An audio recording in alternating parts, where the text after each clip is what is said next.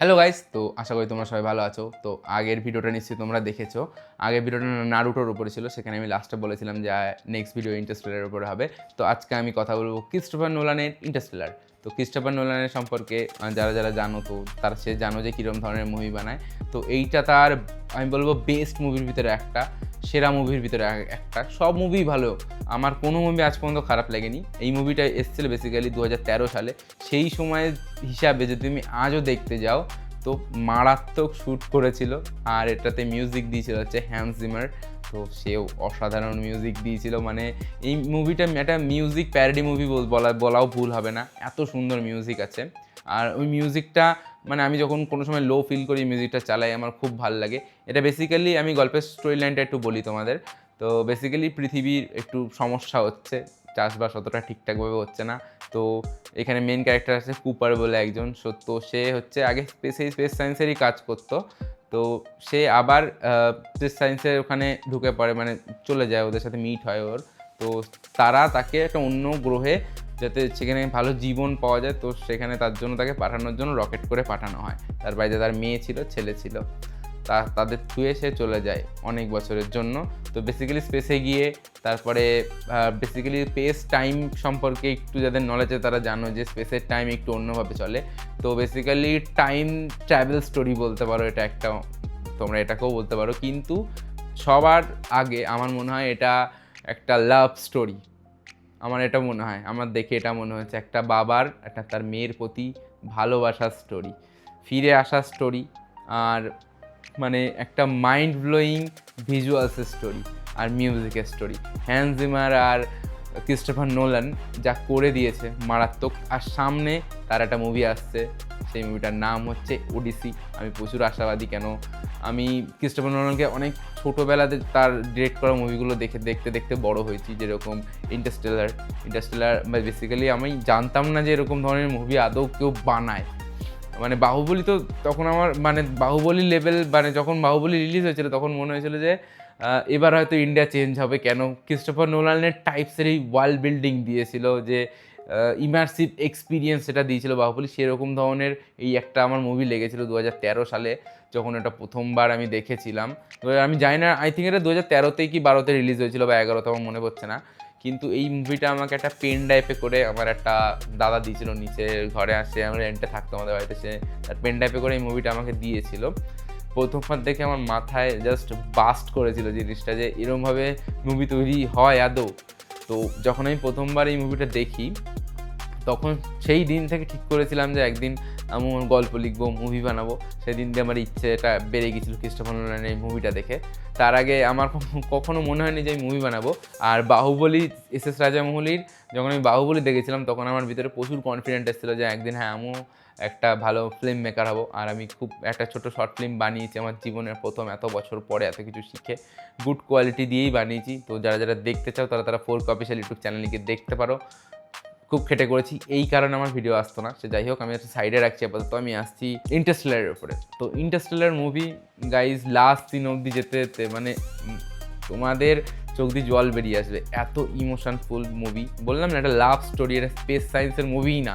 যারা এটাকে বলে স্পেস সায়েন্সের মুভি, তারা হয়তো ভিজুয়ালসগুলো দেখে দেখে হয়তো ভাবে যে হ্যাঁ স্পেসে গিয়েছিল, কিন্তু এর পিছনে যে ইমোশনটা আছে সেটা আমার কাছে প্রচুর হিট করে। এখানকার ক্যারেক্টারগুলোর ডায়লগগুলো মারাত্মক। লাস্টে একটা ডায়লগ আছে, মানে যারা যারা ইন্টারস্টেলার দেখোনি, আই থিঙ্ক সবাই দেখেছে ইন্টারস্টেলার। আমি একাই হয়তো অনেক মানে রিলিজ হওয়ারও হয়তো 2-3 বছর পর আমি দেখেছি, হয়তো সবাই তোমরা দেখে ফেলেছো যারা যারা এই ভিডিওটা দেখছো। কেন এখানে যারা আসে তারা সব মুভি দেখতে খুব পছন্দ করে, আমি বুঝতেই পারি সেটা। তো আমার মুভি খুব ভালো লেগেছিলো, তোমাদেরও খুব ভালো লাগবে। আর যারা যারা দেখোনি তারা ক্রিস্টোফার নোলানের এই মুভিটা দেখো একবার গাইজ, খুবই ভালো লাগবে তোমাদের। আর খুবই তাড়াতাড়ি আসছে হচ্ছে ওডিসি আসছে সামনেই। আমি ওডিসি দেখেও রিভিউ বানাবো। কিন্তু ক্রিস্টোফার নোলান স্যারকে আমি ধন্যবাদ জানাতে চাই যে আপনি এরকম ধরনের একটা মুভি বানানোর সেই সময় সাহস দেখিয়েছিলেন। যেরকম আমাদের ইন্ডিয়াতে এস রাজামৌলি বাহুবলী তৈরি করেছিল, হাই বাজেটের মুভি, সেটা ওটা বিশাল হাই বাজেটের মুভি ছিল ওটা একটা। কিন্তু গ্লোবালি এখনও এই মুভিটাকে দেখে অনেক কিছু শেখে অনেকে। আর হ্যান্স জিমারের মিউজিক মারাত্মক। হ্যান্স জিমারের কথাই আমি বলি, হ্যান্স জিমার আমাদের রামায়ণা, যে দিওয়ালিতে যে মুভিটা আসছে দীপাবলিতে, মানে নমিত মালহোত্রাস রামায়ণা, নিতেশ তিওয়ারি ওটাকে ডিরেক্ট করেছে। ওই মুভিটার যে মিউজিক করেছে মানে এআর রহমান আর একটা নাম দেখবে হ্যান্স জিমার, সেই হ্যান্স জিমার এই ক্রিস্টোফার নোলানের সব মুভিতে মিউজিক দেয়, মারাত্মক মিউজিক দেয়। যারা যারা ওপেনহাইমার দেখেছো তারা তারা জানো ক্রিস্টোফার নোলান কী লেভেলের মুভি বানায়।